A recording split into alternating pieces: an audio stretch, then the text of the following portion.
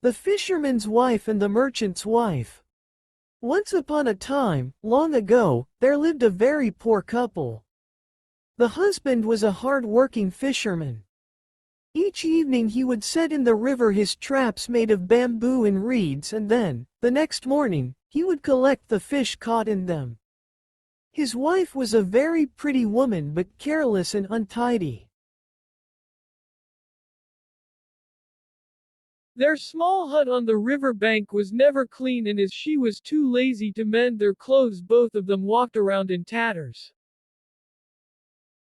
Every morning the couple would go out together to collect the fish caught during the night.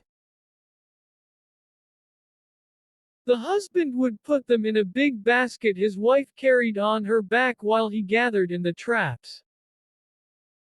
The basket had a hole in it which the lazy woman never bothered to repair, so that as she followed her husband along the river's edge many fish fell out.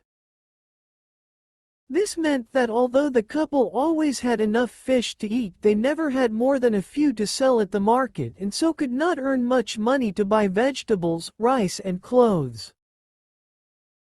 Another couple lived on the riverside. The husband was a trader who bought and sold cloth and household goods up and down the river. One day the fisherman and his wife passed the merchant's boat, which was tied up at a jetty, and the merchant's wife saw that about half the fisherman's catch fell out of the basket on his wife's back.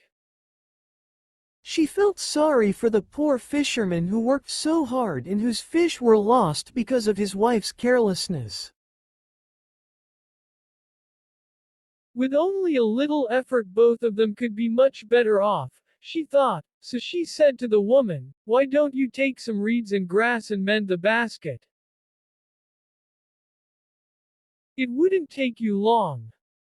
When her husband heard her speak like this, he was very angry. "Why do you interfere?" he said. "What they do is none of your business."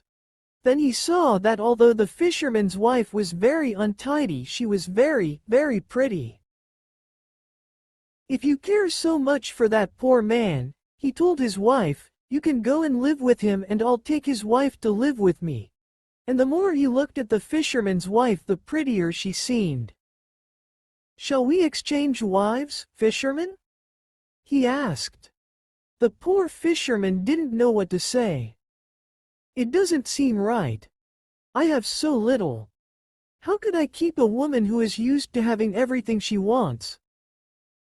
"She's so concerned about you, she must like you," replied the merchant. "I am happy to exchange her for your wife." And so the fisherman agreed, and the merchant's wife went to live with him, and the fisherman's wife became the mistress of the trading boat.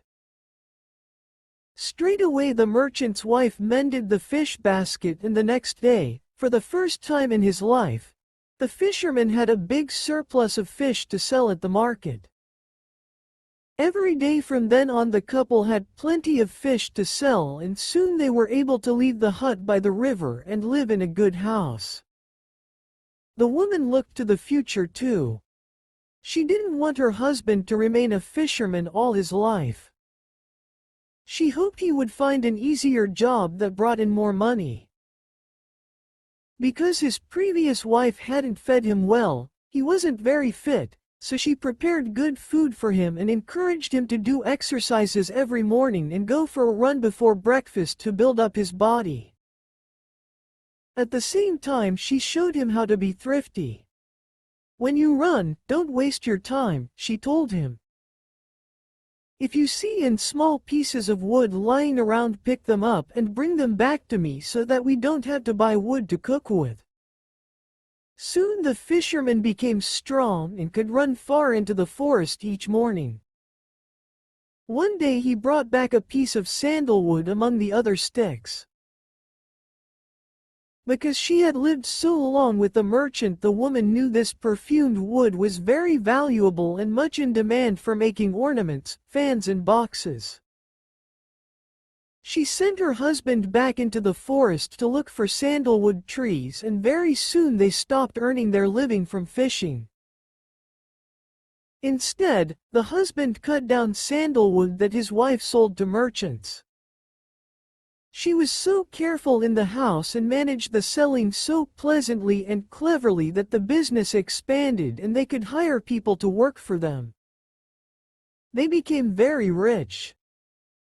And because they worked well together, they were also very happy. In the meantime, the pretty, lazy woman, who had gone to live with the merchant, cared for nothing but herself. She didn't clean the boat or help with the business. She didn't cook or make clothes, she just bought whatever she wanted and ate and slept her life away. When she had a baby, she didn't even bother to wash its nappies but simply threw the dirty ones away and cut new ones from the supply of cloth her husband had on the boat. She was so careless and helped so little that the business went badly and the husband had to sell his boat. Because he was the only one who worked and his new wife didn't look after the money he earned, they became poorer and ended up as beggars. One day, as they were begging along the street, they stopped at the home of the ex-fisherman and his wife. The wife recognized her former husband, who was now dressed in rags. "Why are you so poor?" she asked. "My second wife was no help to me," he replied, ashamed, "and so I lost my business." The woman could not neglect the man who used to be her husband and gave him a good sum of money before sending him and his family on their way. Then the careful, clever wife and her hard-working husband lived happily ever after.